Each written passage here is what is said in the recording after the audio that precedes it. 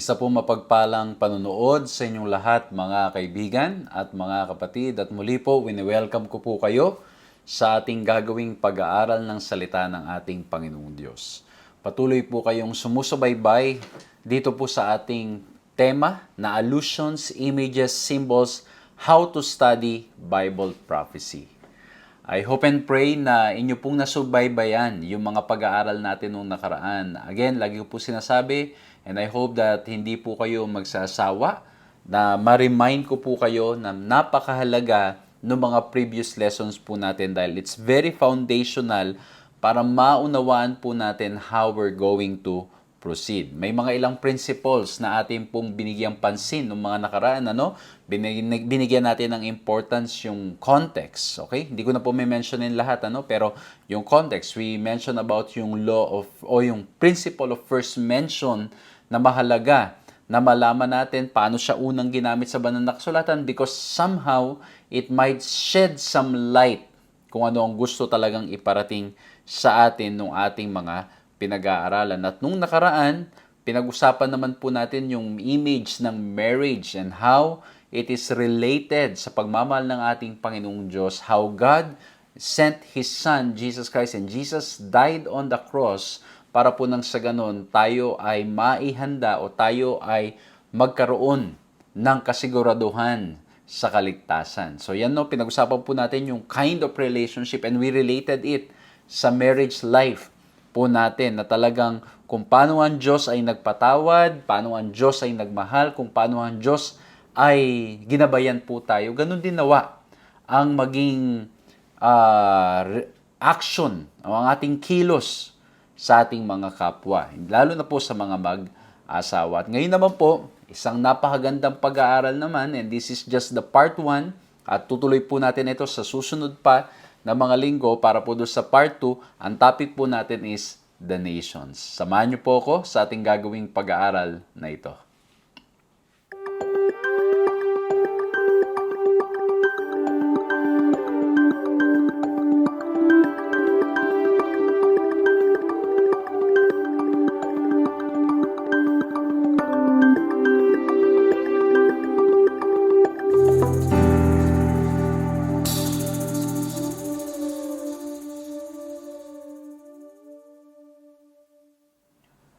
Ako po si Pastor John Alexis Mercado at patuloy po kayong sumusubaybay sa paglilingkod na pinagkakalob sa inyo ng 3 Points Ministries at ito ay napapanood din naman sa Hope Channel.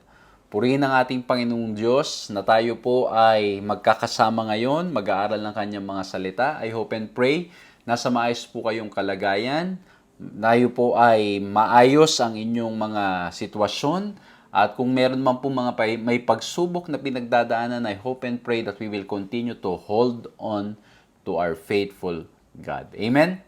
At gusto ko lang po magpasalamat sa lahat ng mga kaibigan at mga kapatid na patuloy po nagpe-pray at sumusuporta, hindi lamang po sa gawain natin ng online, kundi maging sa gawain po natin face-to-face.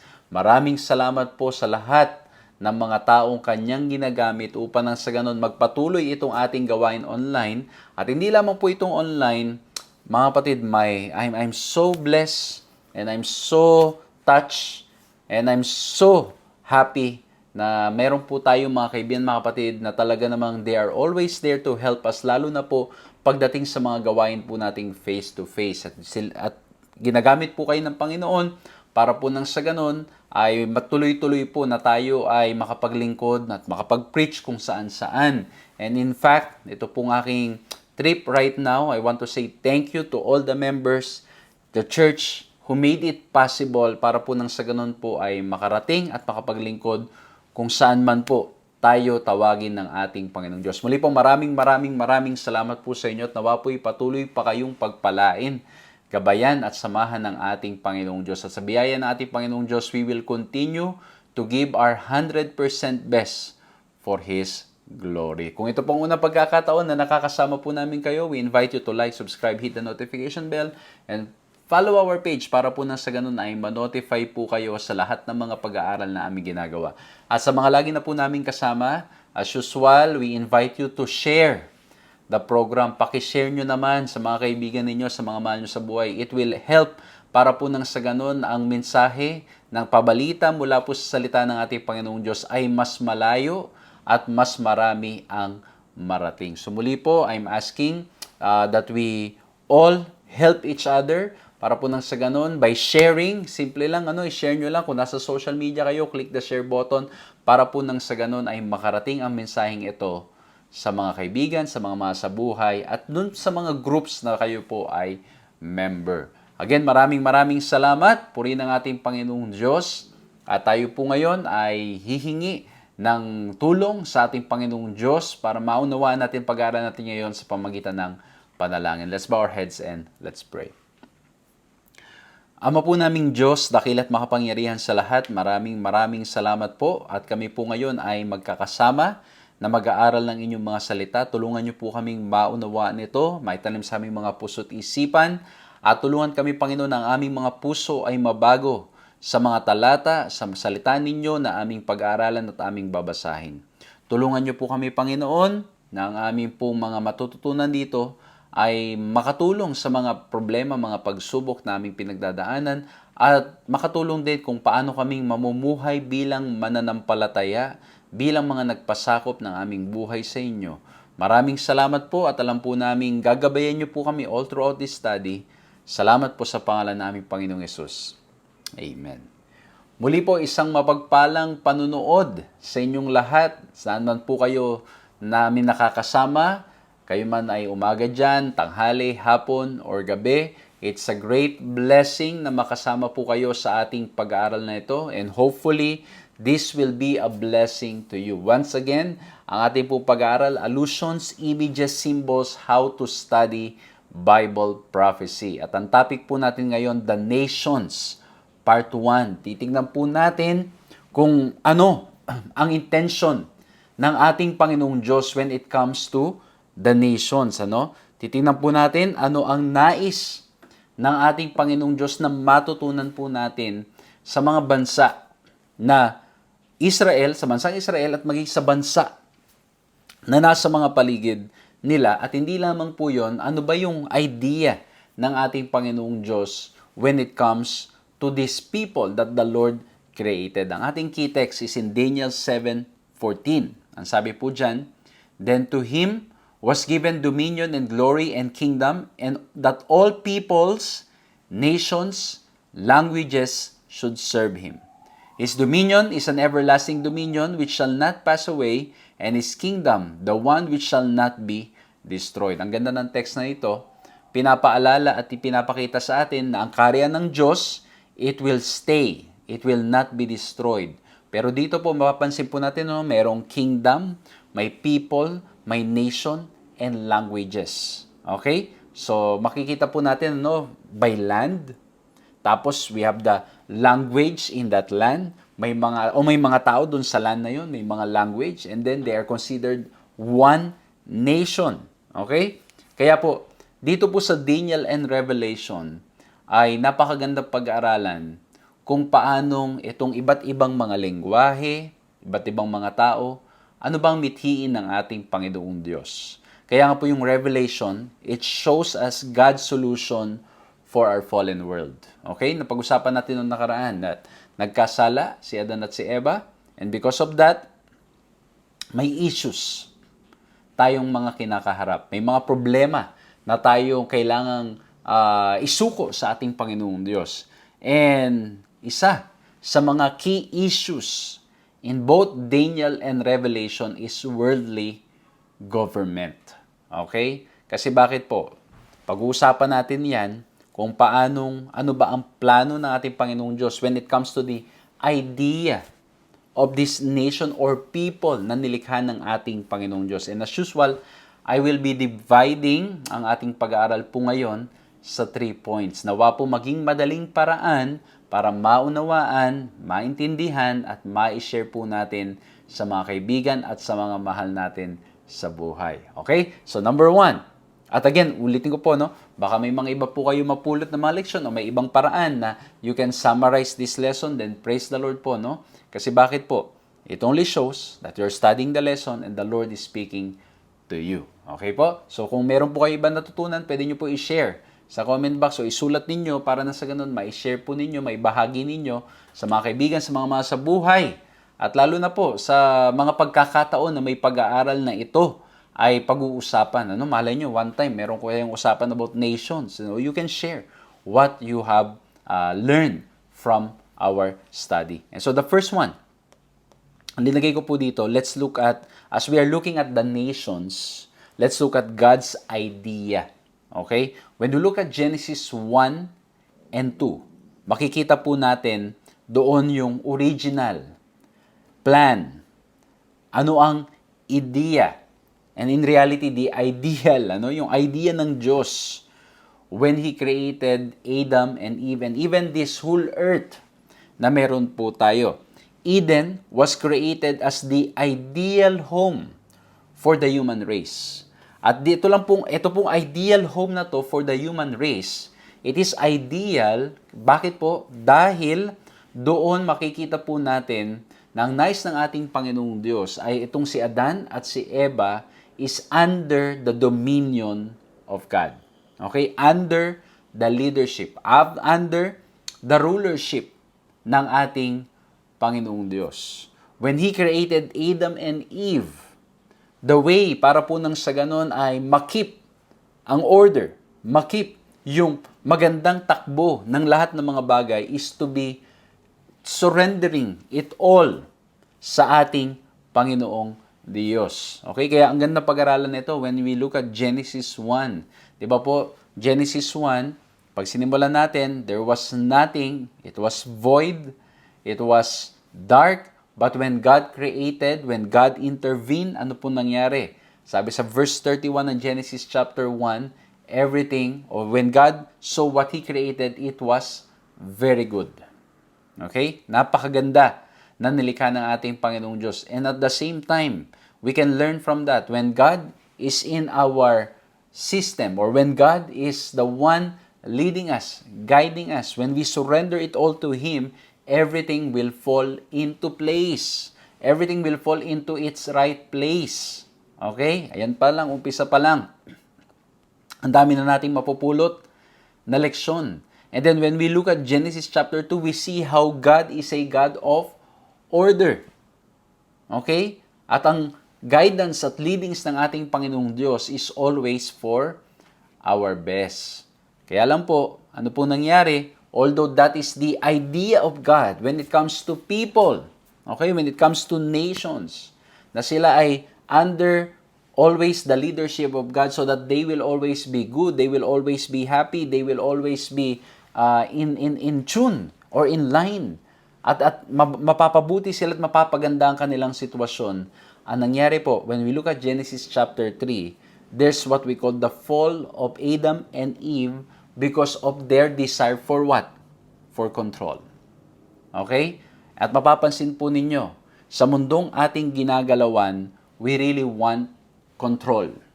Okay? We want control. Parang ang feeling natin, pag hindi tayo may control, ay everything might not fall into its place. Pero baliktad, sa leadership ng ating Panginoong Diyos, sa pangunguna ng ating Panginoong Diyos, we need to learn to surrender it. But after the fall, it's hard for us to surrender because we want to put things sa ating mga kamay. Kaya po, anong nangyari po? Basahin lang natin itong text na to sa Genesis chapter 3 verse 6. So when the woman saw that the tree was good for food, and that it was a delight to the eyes, and that the tree was to be desired to make one wise, she took of its fruit and ate. She also gave some up to her husband who was with her, and he ate. Ayan no? So the desire to make one wise. At hindi lamang po yun, makikita po natin sa temptation ni Satan, pagbabasahin po natin mabuti, you will be like God. And to be like God means, you will have control. And this is the very desire of Satan. At ito rin po yung nakumbinse na gawin ng mga tao. They want to take control. They want that, the leadership, yung kanilang kagustuhan, ang masusunod. So again, God's idea was that when He created everything, everything is in order, everything is in place, pero in order to keep that, we need to continue surrendering ourselves to the Lord. But the fall of man, makikita po natin the desire for control, the desire for dominion. Ayaw magpasakop sa ating Panginoong Diyos. Yan po ang nangyari. Nakaka-relate ba kayo mga kaibigan, mga kapatid? Na how much we desire control. Okay? And ako po, mapapansin ko po yan. Kahit minsan, pag tayo ay may ginagawa, minsan, di ba, meron tayong, hindi ko alam kung, maybe I'm speaking generally, not for everybody, but for some, maybe, or maybe tulad ko po, may mga ilan na ganito, yung feeling mo ay, you need to be always around para ikaw yung gagawa ng isang bagay. At pag hindi ko yung gagawa, feeling mo baka hindi maging maayos. Okay? The desire for control. Okay? So again, mga kapatid, yung mga ganitong pagkakataon, itong mga nangyayaring ito, we need to continue to ask the Lord to help us because in reality, we are limited. We cannot control everything. Hindi natin makokontrol lahat ng mga bagay na nangyayari sa paligid natin. Okay? So, dito po, nung nagkasala, yung plano ng ating Panginoong Diyos na napakaganda para sa mga people, para sa nation. Ano po nangyari? In Genesis 3:16 to 19, medyo mahaba to, but please bear with me. Ang sabi po, ito po yung naging impact, yung effect ng pagkakasala. To the woman, he said, I will surely multiply your pain in childbearing. In pain you shall bring forth children. Your desire shall be contrary to your husband, but he shall rule over you. But to Adam he said, because you have listened to the voice of your wife, and you have eaten of the tree of which I commanded you, you shall not eat of it. Cursed is the ground because of you. In pain you shall eat of it all the days of your life. Thorns and thistles it shall bring forth to you for you, and you shall eat the plants of the field. By the sweat of your face you shall eat bread till you return to the ground, for out of it you were taken, for you are dust, and to the dust you shall return. So, ito na po, no, inintroduce na. Because of their sin, ano pong mangyayari? Mahihirapan. Okay? Mahihirapan tayong mga tao. Magkakaroon ng kahirapan, magkakaroon ng mga karamdaman, at hindi lang yun, ang sabi po dito, magkakaroon ng kamatayan. Ito ang naging epekto. Bakit? Kasi po, we want control. We don't want to submit to God. O, ayan ha, gawin nating practical. O, di ba, pag minsan ano nangyayari sa atin, mga kaibigan, mga kapatid, may mga bagay na feeling natin ay kung susundin yung ating mga schedule at ating mga kagustuhan, ay it will work well. But how many times na nung sinunod natin yung ating sariling kagustuhan, sariling schedule, sariling mga plano without consulting God, it failed miserably. Okay? Ganun na nangyayari. Okay? Kumbaga, mayroong planong Diyos para sa atin, but we don't want to adhere. We want to take control. O parang yung kay Abraham and kay Hagar. Ano po nangyari, di ba? Abraham and Sarah. Di ba? May plano ating Panginoong Diyos, but it was a little bit difficult for Abraham and Sarah to wait. And so what happened? Ang siguro nasa isip nila, tulungan natin ating Panginoong Diyos to pa rin yung kanyang pangako. Minsan ganun po nangyayari. We cannot wait. And sometimes, mga kapatid, yun talaga ang problema. Okay? Ako po, mapapansin ko po, na nangyayari rin sa akin yan. No? Na talagang, sometimes, you want to do things immediately. You want to do things right away. You want na maging maayos yung lahat ng mga bagay.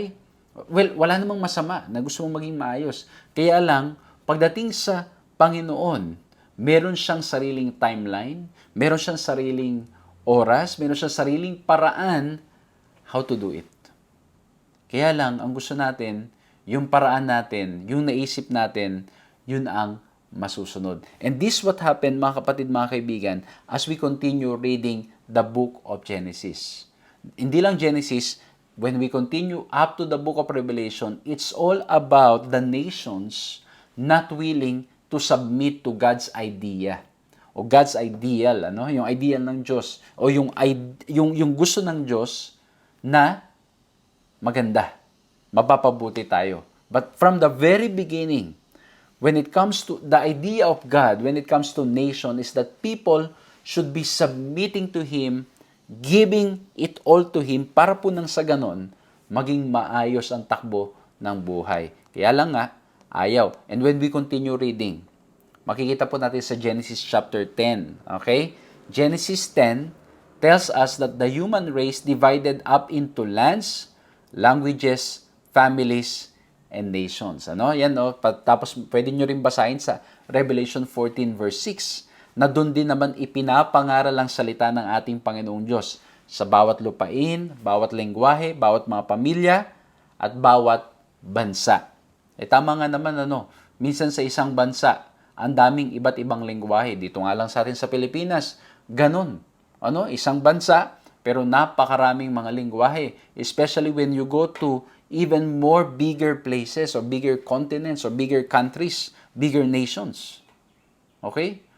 Maring sama-sama sila doon, pero iba-iba ang lengguwahe. At makikita po natin, when it comes to Genesis chapter 10, doon po mai-introduce itong tinatawag nating si Nimrod.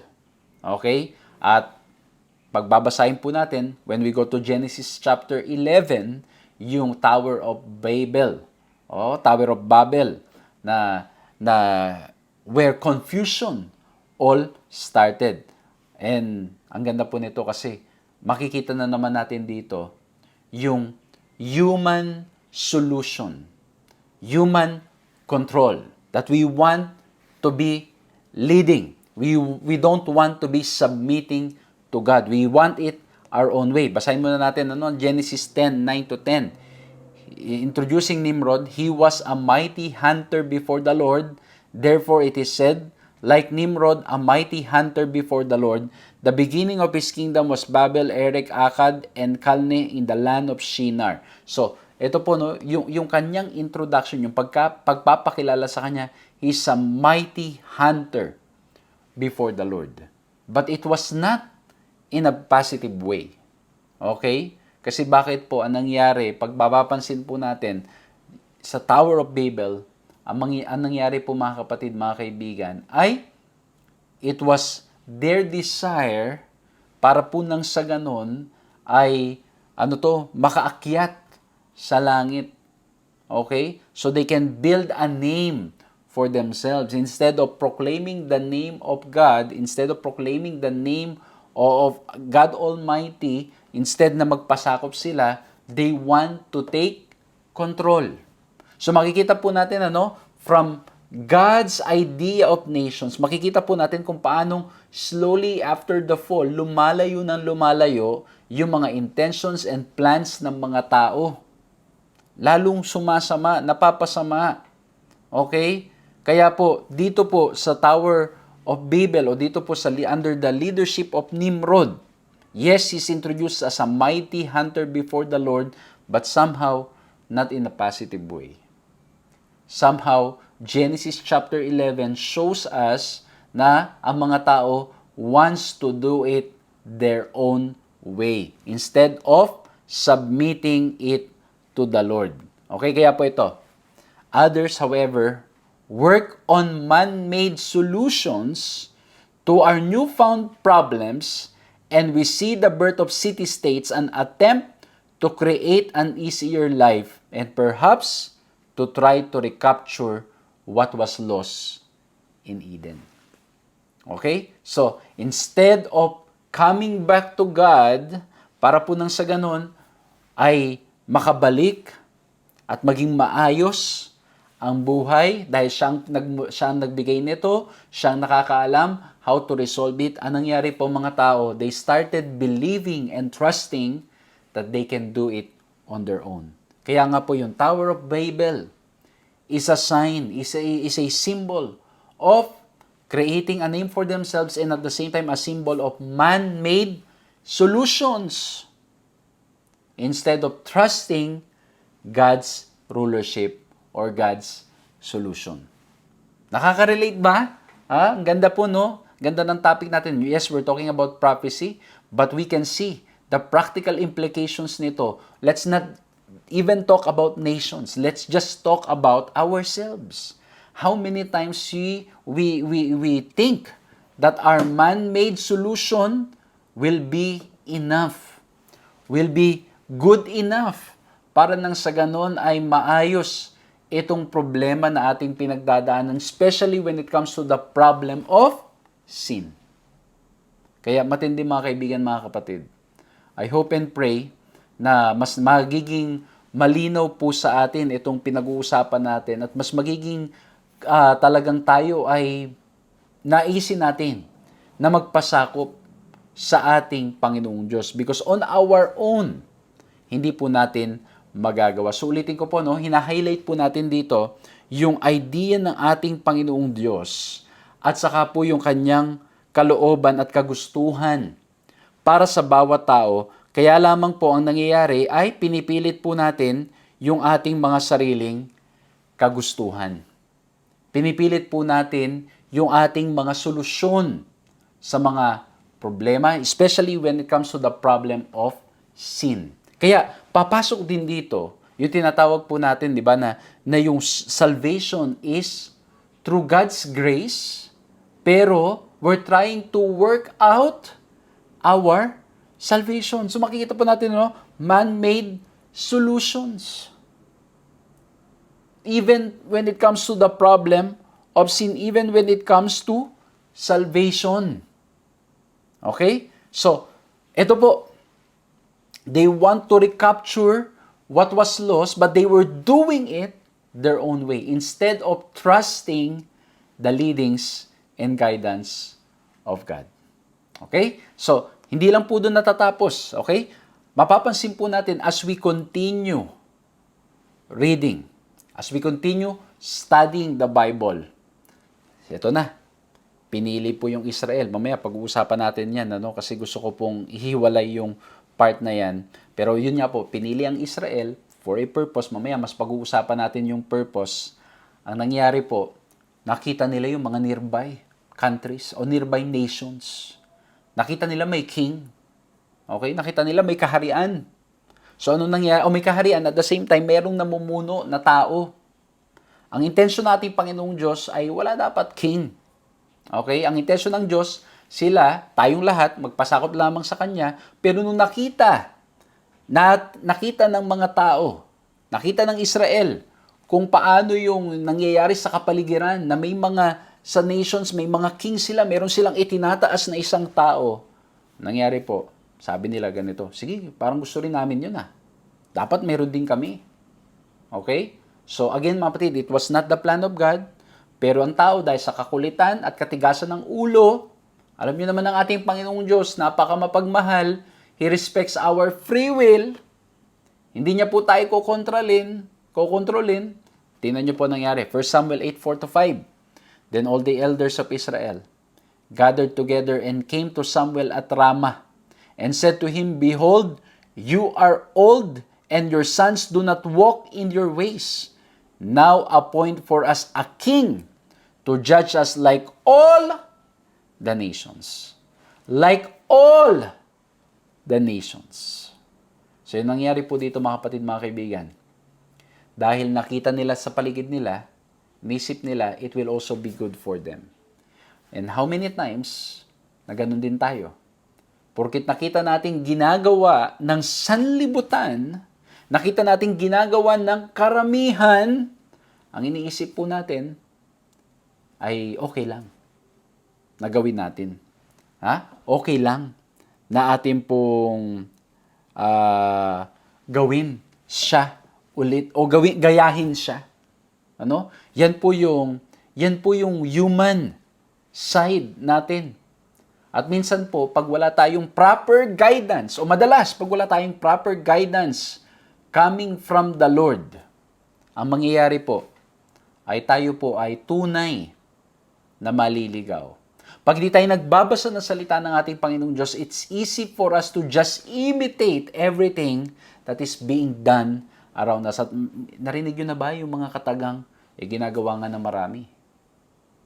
Pero hindi porket ginagawa ng marami, then it's the standard para nang sa ganon ay gayahin po natin. Kaya po ito, Israel asked for a human king, a request that led to the moral downfall of the nations.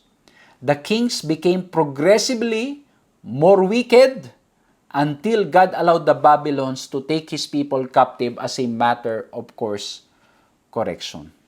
Ito po mapapansin natin mga kapatid.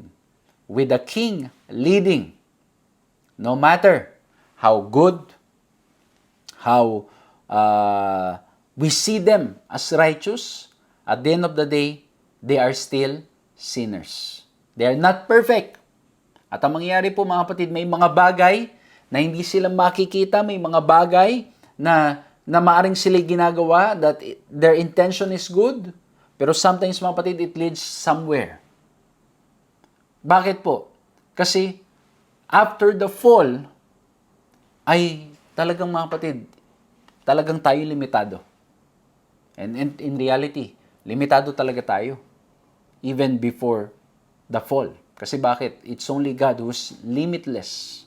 Okay? It's only God who is sovereign. It's only God na talaga pong masasabi nating walang kakulangan.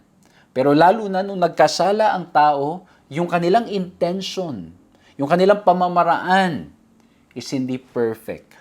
Okay? One time, yan po yung pinag-uusapan namin ng aking kaibigan na sometimes, di ba, no matter how you try to how talagang yung clear yung purpose mo, yung motive mo, yung heart mo for doing something.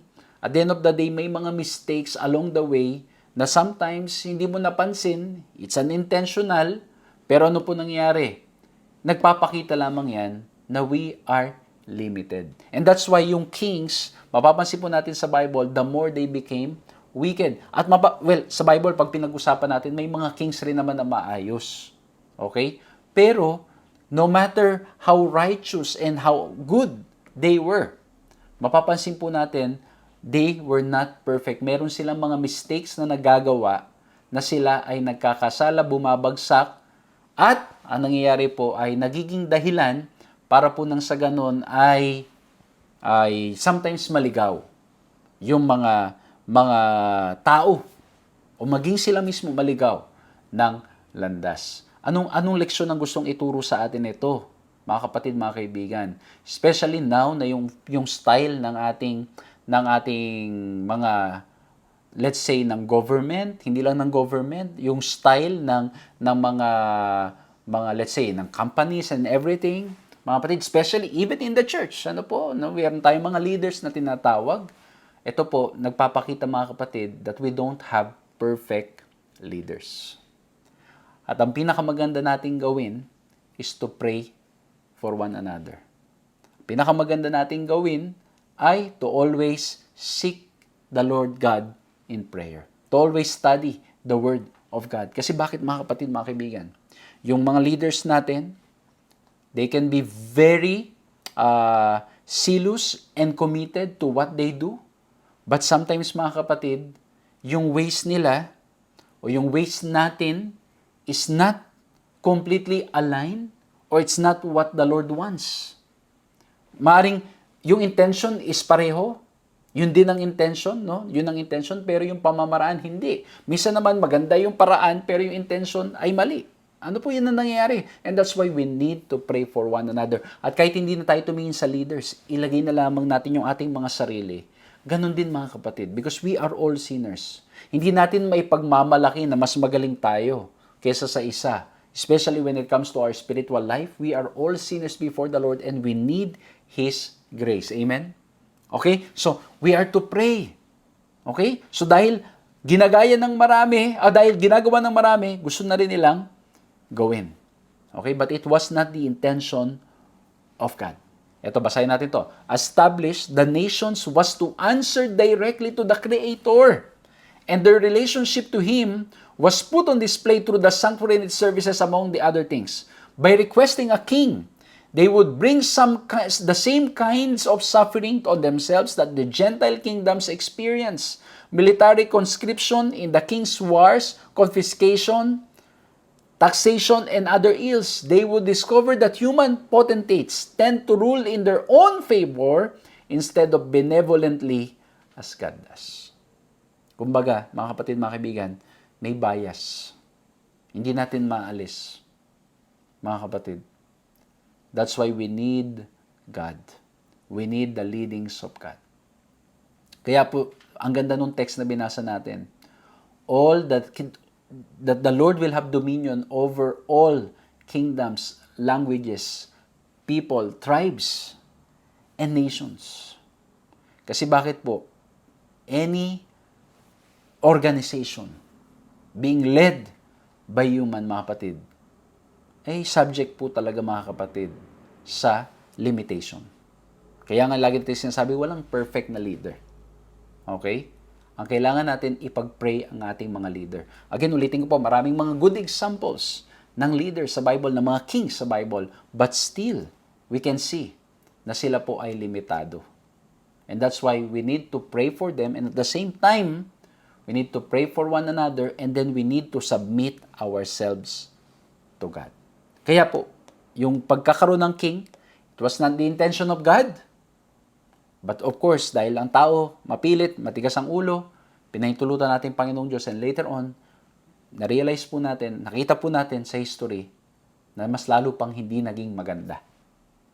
Lalo na pag yung nalalagay na king, talagang kahit yung nalalagay na king sa panahon ng Israel ay wala talagang respeto sa salita ng ating Panginoong Diyos, ay talaga naman. Talagang ano po talaga, talagang hindi napapabuti, napapasama ang mga experiences at karanasan.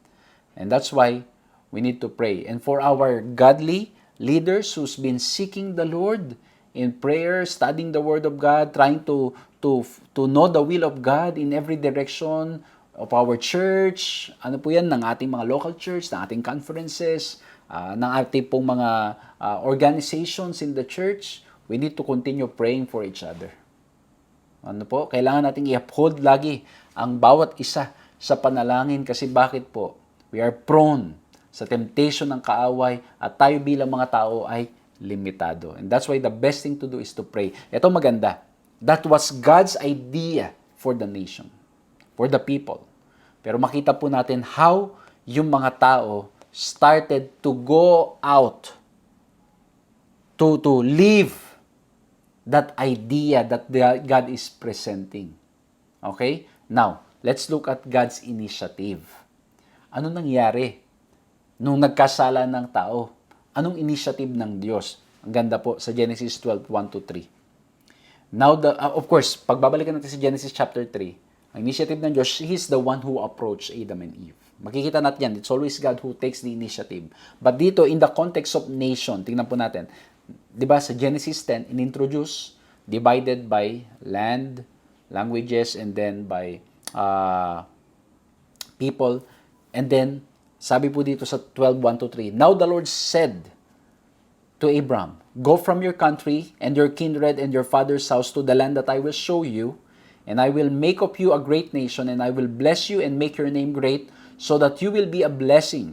I will bless those who bless you, and him who dishonors you, I will curse, and in you all the families of the earth shall be blessed. Anong initiative na ating Panginoong Diyos? Of course, the Lord was always taking the initiative. Makikita natin yan mula Genesis 1. Kahit after the fall, it's God who's taking the initiative. Pero dito po, when the idea of nations was already introduced, the idea of God is for Abraham to go out of his country so that the Lord will make him a great nation. Okay? The Lord will make him a great nation. Kaya po, dito mapapansin po natin, mga ginigilo ng mga kaibigan at mga kapatid, the primary purpose for which God established the nation of Israel was not to condemn the rest of the world, but to save it.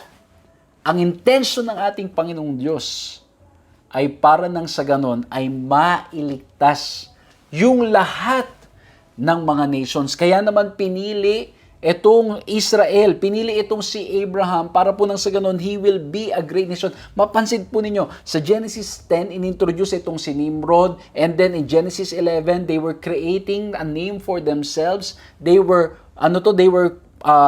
introducing man-made solutions to the problem. Ang nangyari in Genesis chapter 12, ang nangyari po, once again, the Lord in His grace and in His initiative, He had chosen Abraham para po nang sa ganon, as a nation, sila ang magiging ilaw sa mga tao sa paligid para po nang sa ganon makakilala sa ating Panginoong Diyos. The primary purpose of Israel as a nation was to be a light to the nations. Para malaman ng mga tao sa paligid, ano ang kalooban ng ating Panginoong Diyos. At as a nation, makita nila na yung pamamaraan na ang Diyos ang nangunguna ay kakaiba at ang upa ng sa ganun lahat ng mga nations ay magpasakop rin sa ating Panginoong Diyos. Of course, ito po'y mahirap, lalo na po in our sinful nature, kapag may mga tao who's really walking by faith at yung ginagawa natin is completely different, ano po nangyayari? We tend to be hurt.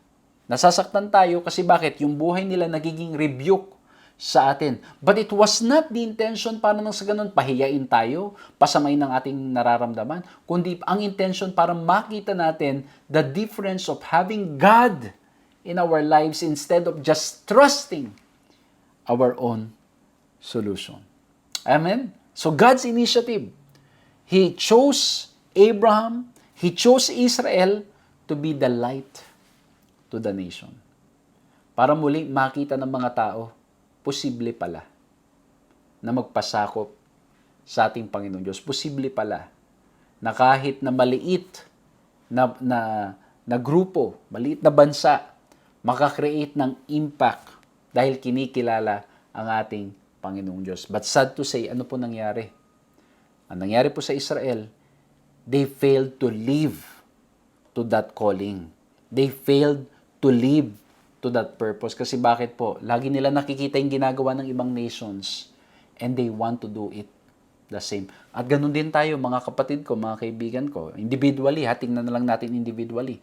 Madalas, ang nangyayari po, makikita natin yung nasa paligid natin, gusto nating gayahin. Gusto nating gayahin. Instead of walking the path na gusto ng ating Panginoong Diyos, ginagaya natin kung ano yung ginagawa ng karamihan. Kaya nga po tingnan nyo po, ang sabi sa Deuteronomy 4 verse 6, talking about the Lord giving the law, giving all the things that needs to be done, ang sabi ng Panginoon dito, keep them and do them, for that will be your wisdom and your understanding in the sight of the peoples, who, when they hear all these statutes, will say, surely, this great nation is a wise and understanding people. Okay? Imagine mo, ibinigay ng ating Panginoong Diyos, ang kailangan lamang daw po ay manatili tayo doong lumakad sa kalooban ng ating Panginoong Diyos, manatili nating sundin yung kagustuhan ng ating Panginoong Diyos, at kung ating gagawin ito, all the people around will see that this is a great nation, wise and understanding people. Mga kapatid, ang ganda nito. And when I try to relate it sa ating kalagayan ngayon as a church, hindi kaya at times nagiging tulad tayo ng mga Israelites? Ano po nangyayari? Tulad ng mga Israelites. They have God, they have the Word of God, pero how did they treat the people around them? Ang nangyari po, naging silang mayabang. Ang Israelites. Naging mayabang because we have God, we are the chosen one. Instead na yung pagiging pagkapili sa kanila ay magpakababa sa kanila because they came from a very small group, Kumbaga hindi kapansin-pansin, pinag-usapan natin nakaraan, Ang Diyos ang nag-adorn ng beauty, pero ano po nangyari? Yumabang at pagkatapos nagsimulang magmalaki sa mga tao sa kapaligiran, at hindi lang yon, ang nangyari po, they started to feel that it's exclusive na sila lamang. Hindi ba posible? O baka nangyayari rin sa atin that we have the same spirit in our hearts? Na meron tayong mindset and thinking na dahil tayo ang nakakaalam ng mga sinasabi ng banal na kasulatan, we start boasting instead of listening to one another. We start boasting instead of proclaiming the name of God. We start boasting instead na tayo po ay maging liwanag ng ating Panginoong Diyos sa mga tao sa ating kapaligiran. Kumbaga yung mga kilos na nakikita sa atin, mga kapatid, is completely opposite to the light that we have received. Kaya meron akong nabasang isang quote, I forgot who said it, na parang ang dating ay ganito, I like the God you're preaching, but I don't like your Christians. Okay? I like the God they are preaching, but I don't like Christians. Kasi bakit daw po yung Christians, yung pinapangaral pagminsan, taliwas sa pag-ibig na Diyos na ating ipinapakilala. And mga kapatid, this is just a warning for me, for everybody. Baka mamaya po ang nangyayari, nagiging tayong mapagmataas masyado.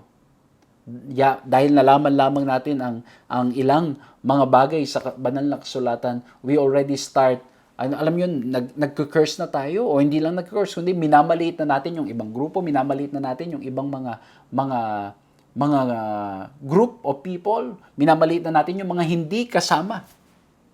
Hindi po dapat ganun.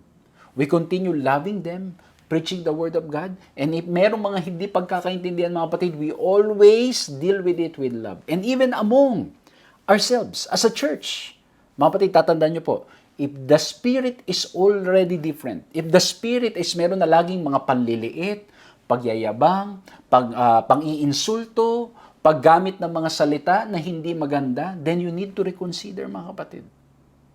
Kasi this is exactly what happened to Israelites. They started insulting all the other nations instead of becoming God's light to the nation. At hindi lang po yun. When they requested for a king, ano na po nangyari? They fall into the same trap kasi dahil may king, conquer. You know, gusto mo na rin mag-conquer at sila rin i-conquer na kasi meron nga silang king na leadership. Instead of staying in God's purpose, staying sa gusto ng ating Panginoong Diyos. At ito pa nagustuhan ko. Bago pa sila mag-request ng king, nagbigay na ng warning ang Diyos sa Deuteronomy 20:14-15. Ang sabi dito, when you come to the land that the Lord your God is giving you, and you possess it and dwell in it, and they say, I will set a king over me, like all the nations that are around me, you may indeed set a king over you whom the Lord your God will choose. One from whom among your brothers you shall set as a king over you. You may not put a foreigner over you who is not your brother. At kung babasahin po natin tuloy-tuloy itong sa Deuteronomy 20:14-15, ang reminder natin, Panginoong Diyos, if in case, when you go to that land, the Lord already knows what will happen. They will request for a king. Kailangan nakakakilala sa Kanya at sinisik ang Kanyang mga salita. Pero ano po nangyari? Kung pag-aaralan natin ang history ng Israel, ano po nangyari sa Old Testament? Madalas ang tinitingnan nila is not those people who are really deep into the knowledge of the Word of God. They were looking at the human, physical attributes. They were looking at the stature of the person instead of looking kung sila ba ay naka-grounded sa salita ng ating Panginoong Diyos. Kaya po, ang galing. Yung initiative ng Diyos, well, it's always God who takes the initiative, but in the context of the nation, it was God's also initiative and plan to help the human race. At may warning ng ating Panginoong Diyos bago pa gawin ng mga Israelita. And I think, mga kapatid, ang Bible na isulat to serve as a warning also. Yung story ng Israel, yung downfall nila, yung pag-akyat nila ulit, ups and downs nila, it's all written in the scripture so we can learn from it. Amen? Kasi baka po mamaya, mga kapatid, magaya tayo. Na hindi natin napapansin, ang nangyayari po pala ay tayo ay nagsisimula ng light ng iba. Wala ng pag-ibig sa ating mga puso. And instead of becoming light to the nation, nagiging tayong curse to the people. Kaya po alam niyo, mga kapatid, magkaiba yung naalala ko nung nangangaral ako nung mas kabataan po natin. Naalala ko nung nangangaral tapos merong instance na para kaming na-persecute. I remember praying, sabi ko, Lord, thank you, we are being persecuted. But now as I look back, we were being persecuted not because we have treated the people with love. We were being persecuted because of how we presented the word. Na ang nangyari po, yung pag-present namin ng word ay nilalait po namin at pinapahiya po namin yung mga kausap namin. Magkaiba yun. But when you're persecuted because of standing for the truth and doing it with love, yun, mga kapatid. Kasi yun ang ginawa natin Panginoon Kristo. He proclaimed the truth but always in love. Kaya kailangan natin lalo pang magpasakop sa ating Panginoong Diyos. Sa ating mga sarili, hindi po natin kaya. When I look at myself, mga kapatid, the more I see how far I am, the more I see na talagang kailangan kong magpasakop pang patuloy sa ating Panginoong Diyos. Now, let's go to the last point, God's invitation. Okay? Kasi bakit po? Yung mistakes ng mga Israelites can also be our mistakes today. So, He invites us to what? In Matthew 20:25-28, but Jesus called them to Him and said, you know that the rulers of the Gentiles lord it over them, and their great ones exercise authority over them. It shall not be so among you. But whoever would be great among you must be your servant, and whoever would be first among you must be your slave. Even as the Son of Man came not to be served, but to serve, but to give His life as a ransom for many. So, makikita po natin yung invitation ng ating Panginoong Diyos. Yung invitation, Wag nating mag-lord it over sa ibang tao. Let's be humble. Let's continue to be faithful to the Lord, and at the same time, patuloy daw po nating ibigay ang ating mga sarili sa Kanya lamang. Amen? Patuloy nating isuko ang ating mga sarili sa Kanya, at ang example pa, ang ating Panginoong Jesucristo, He came not to be served, but to serve, at ibinigay niya ang buhay niya para sa ating lahat. So, makikita po natin, the invitation is to continue to be humble and to continue serving one another. Kaya po ito, gusto ko pong basahin to. Like Israel of old, many of the darkest chapters in Christian history are the direct result of the church compromising with the world. Where Israel turned to idol worship and her kings were corrupted by their appetite for power, to the point of offering children to idols, the church gradually adopted many of the means and methods of a pagan empire, to the point where many faithful believers were martyred because they were perceived as threat to the church-state institution. Ayan po, no? So, pinapasok po natin dito mga kapatid. Because in the church history, ang nangyari po, they were persecuted for the pureness of their faith, but later on, ang nangyari po, when they started considering that the state will give them peace, instead of God giving them peace, ito na naman yung human solution, ano po nangyari? The more na mas nagkaroon ng problema. Okay? Kasi ang nangyari po, yung principles ng church na compromise dahil sa kagustuhan ng human leaders ng nations. Kasi kumbaga, yung safeguard, ang nangyari po, yung ating proteksyon, ibinase na hindi sa proteksyong ibinibigay ng Diyos, kundi na sa proteksyon na ng human leader. So makikita po natin dito mga kapatid, yung invitation ng ating Panginoong Diyos, once again going back to God's idea to submit to God's kingship o God's rulership, and at the same time, the invitation not to compromise, not to lord it over or to boast, but to be humble and just like Jesus, to serve one another.